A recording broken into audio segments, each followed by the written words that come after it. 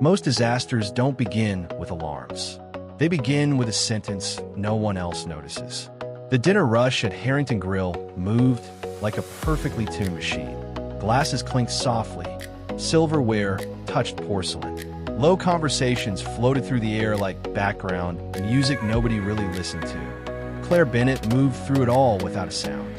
5'6", blonde hair tied neatly behind her head, black apron, white shirt, nothing remarkable. That was the point. Invisible people heard everything.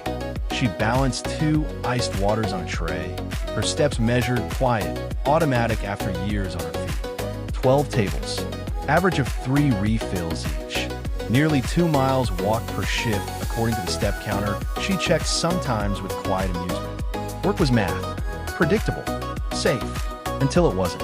Michael Harrington's phone rang just as she passed his table. He didn't look at her. Men like him rarely did. Navy suit, Swiss watch, calm authority in the way he barely nodded when speaking to his guests. The kind of presence that made other people sit straighter. He checked the caller ID and stood. "Excuse me," he said, already walking toward the quieter hallway near the restrooms. Claire didn't mean to hear it. She wasn't trying to listen, but as she passed with her tray, one sentence slipped through the air like a draft under a locked door. He doesn't suspect anything. Her steps slowed, just slightly, not enough for anyone to notice. Her face didn't change. Years of customer service taught you that skill fast, but something behind her eyes sharpened. The voice on the phone was smooth, confident, too smooth. She kept walking, set the waters down. "Refill, sir?" she asked another guest, voice calm, steady, professional. But her mind wasn't there anymore. It was somewhere else. 3 years earlier, a kitchen table, her brother staring at a laptop, saying the exact same words about someone else. They always sound helpful. That's how they win. She pushed the memory down, focused on the present. Michael returned to the table 2 minutes later. Same calm expression, same controlled posture. But Claire noticed something most people wouldn't. He checked his phone twice after sitting.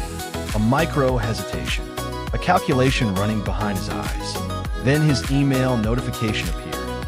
She saw only a flash of the screen as she approached with fresh coffee. Subject line, final transfer authorization. Her pulse skipped once, just once. She poured the coffee slowly, steam rising between them like a thin curtain. That was when she saw it, not the whole address, just enough. One letter slightly off in the domain name, one character misplaced. Most people would never see it, but once you know what loss looks like, you never unsee patterns. She placed the coffee down gently. "Anything else tonight, Mr. Harrington?" she asked. He barely glanced up. "No dus misi." Neutral. Finished. She nodded. Should have walked away. Most people would have. Most people protect their paycheck. But invisible people also know something else. Silence has consequences. She hesitated half a second, then spoke carefully. Not accusing, not dramatic, just curious. "Do you usually verify banking domains before authorizing transfers?" That got his attention. His eyes lifted slowly. Cool, analytical, measuring her now the way he measured risk. "Excuse me." She didn't back down, didn't challenge him either, just answered quietly. "Just a habit someone important taught me." A small pause settled between them, the kind that changes direction without anyone realizing it yet. And for the first time that night, the CEO was looking directly at the waitress.